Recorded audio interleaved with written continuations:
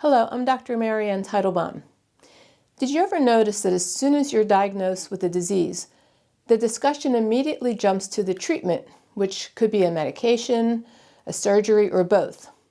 And while it's important to begin treatment as soon as possible, the more important thing to be done before any prescription is written is to try to figure out all the reasons why the disease happened and then start figuring out a treatment plan. So, for example, many people I see have been diagnosed with fibroid tumors, which are creating excessive menstrual bleeding. So either a prescription is written for hormones to hopefully stop the bleeding, and if all else fails, surgery might be required to remove the fibroids. Or if someone has been diagnosed with rheumatoid arthritis, prescriptions are immediately written for medications such as methotrexate and prednisone to stop the pain and inflammation. Or if someone has a fungal infection on the skin, antifungal creams are given.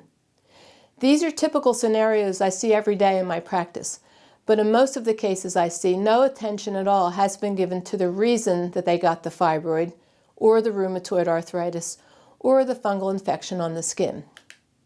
Which means then that treatment is given even before anyone understands why it happened in the first place, which makes you then think that we're really not getting to the root cause of the problem. The ancient doctors of India who cognized Ayurveda said that before any treatment plan is written up, you must first figure out what's causing the symptoms or the disease and make sure that the patient stops doing those things. And by ignoring this very first important step, you run the risk of improperly treating the patient, or you'll just develop the same set of symptoms all over again once the remedy's removed. In Ayurveda, we've identified 6 stages of a disease process that someone goes through as they work their way towards a disease that you could name. In the first 2 stages, there's no symptoms yet, but several physiological changes could be taking place even in the absence of any symptoms.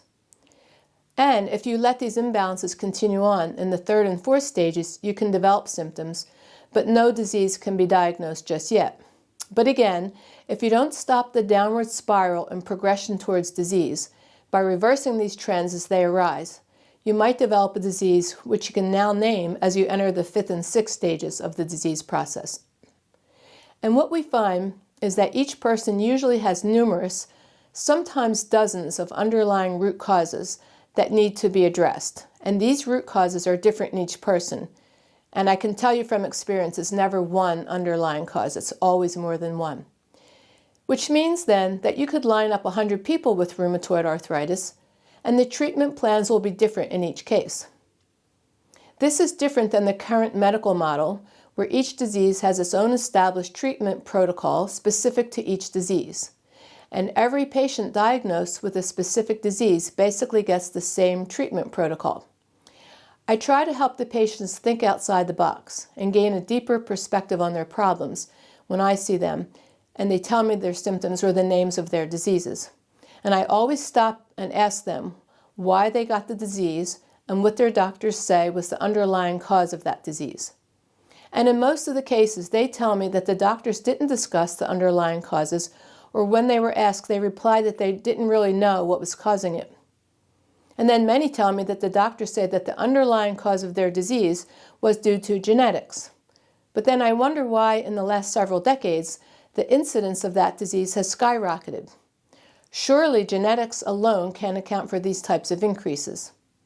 And some doctors tell the patient there isn't anything they did wrong to cause the cancer, or the asthma, or whatever disease it might be. That it's just the luck of the draw. It just happened out of the blue. Now, in all these cases, I roll up my sleeves and play detective, starting with when they were in utero and then scanning their early childhood years and beyond, trying to pinpoint the various insults to their physiology through the years, so we can then target those specific problems with a treatment plan designed just for them. Let me give you an example of what I mean. Many women are diagnosed with fibroids, which cause heavy bleeding, so they remove the fibroids once all the other treatments have failed.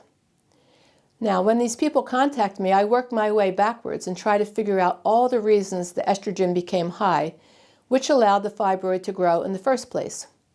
It could be from adrenal gland stress, from a weak thyroid, which causes the estrogen to go high and the progesterone to go low, which will cause a fibroid to grow.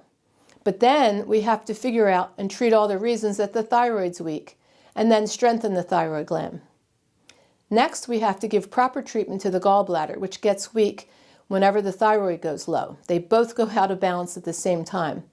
And the bile that the gallbladder squirts out carries the estrogen out of the body each day.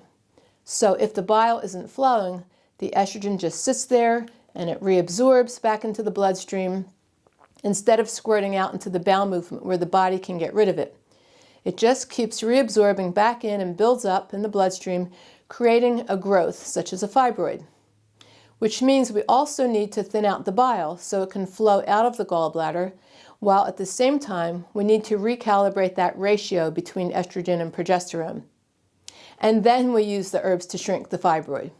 But see, in this last case, if we just use the herbs to shrink the fibroid without doing all the other work to fix all the reasons why the fibroid grew in the first place, then our efforts to help that patient will be thwarted. But yet, this is how it's done, even with all the technological advances we have made in modern medicine. To just remove the fibroid or give hormones to take the period away isn't doing enough. No attention is given to all the underlying imbalances that cause that fibroid to grow. Now you can use this example as a model to treat any health problem you could think of. It takes a little while to break the habit of jumping right to the treatment when you have a particular symptom, or if you have just been diagnosed with a disease. Even in Ayurveda, it's easy to make that mistake. Many people ask me, what do I have for this or that disease? And I tell them it's not that easy as just popping a pill to take away a symptom. Or they might say they took ashwagandha for their thyroid gland because they heard that it's a good herb for the thyroid, which it is. But first we have to see why the thyroid got weak in the first place, treat that, and then we can use the ashwagandha. Usually the patient is so relieved to know that someone is finally focusing on these very important deeper aspects of their health, trying to see what has happened in their body creating their symptom or their disease.